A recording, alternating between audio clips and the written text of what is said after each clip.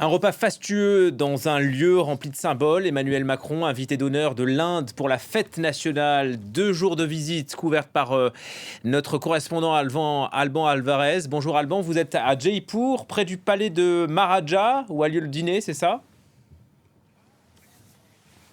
Absolument, Julien. C'est aujourd'hui que s'achève, c'est désormais maintenant la fin en fait de cette première journée qui a eu un rythme extrêmement soutenu pour le président de la République française.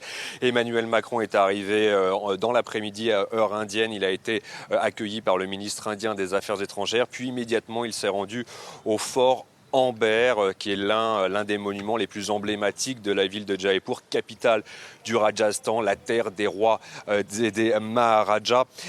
Et clairement, le tapis rouge a été déroulé pour le président de la République française. Il y a eu une parade d'éléphants, il y a eu des danses traditionnelles. Il a été acclamé par une centaine d'écoliers. Il s'est également entretenu avec des artistes locaux et aussi des étudiants indiens qui apprennent le français à l'Alliance française. Il a d'ailleurs échangé avec eux en français. Puis Emmanuel Macron a rejoint le Premier ministre indien Narendra Modi, tout d'abord sur le site d'un observatoire astronomique en compagnie de Thomas Pesquet, une manière d'illustrer la coopération spatiale entre Paris et New Delhi. Et puis Narendra Modi, avec Emmanuel Macron, a entamé une parade en voiture dans les rues de Jaipur. Et là, clairement, Emmanuel Macron a pu mesurer la popularité du Premier ministre indien, puisque plusieurs dizaines de milliers d'Indiens ont acclamé le président, mais surtout le Premier ministre.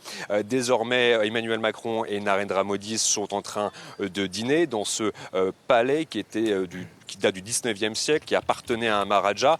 Un dîner pendant lequel ils vont également s'entretenir, des relations donc bilatérales. Et puis dès ce soir, direction New Delhi pour assister dès demain matin au défilé militaire du Bastille Day, qui est considéré ici comme étant une fête nationale. Que vient chercher Emmanuel Macron en Inde et quels sont les enjeux de cette visite? Alors le but, c'est avant tout de renforcer ce qu'on appelle le partenariat stratégique entre la France et l'Inde. Il a d'ailleurs été prolongé sur les 25 prochaines années. C'est une visite assez symbolique tout de même, parce que le but, c'est d'afficher la confiance, l'amitié entre les deux pays. On ne s'attend pas à ce que des annonces particulières soient faites à l'issue de cette visite. On ne s'attend pas non plus à ce que de gros contrats soient signés. Mais Emmanuel Macron n'est pas venu seul. Il est venu avec une quinzaine de chefs d'entreprise, avec 3 ministres, notamment le ministre des Affaires étrangères et le ministre des Armées, car il faut rappeler que l'Inde et la France cherchent à accroître leur partenariat dans le domaine de la défense, dans le domaine militaire.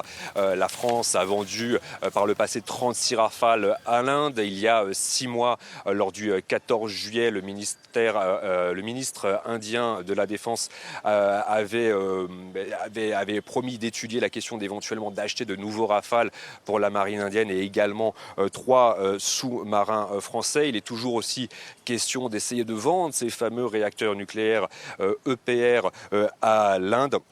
Il faut rappeler que la France voit l'Inde comme étant un allié incontournable dans la région Asie-Pacifique et notamment pour assurer la sécurité maritime dans l'océan Indien. Il y a d'autres dossiers qui vont être évoqués, notamment celui de la transition énergétique. Mais il faut quand même rappeler une chose, c'est que cette visite, elle a lieu dans un contexte où l'Inde est de plus en plus accusée de dérives autoritaires, de répression contre les minorités religieuses, de répression contre la presse. Et on le voit, on l'a vu récemment avec le cas de notre consoeur Vanessa Dunia qui est menacée d'expulsion par le gouvernement indien.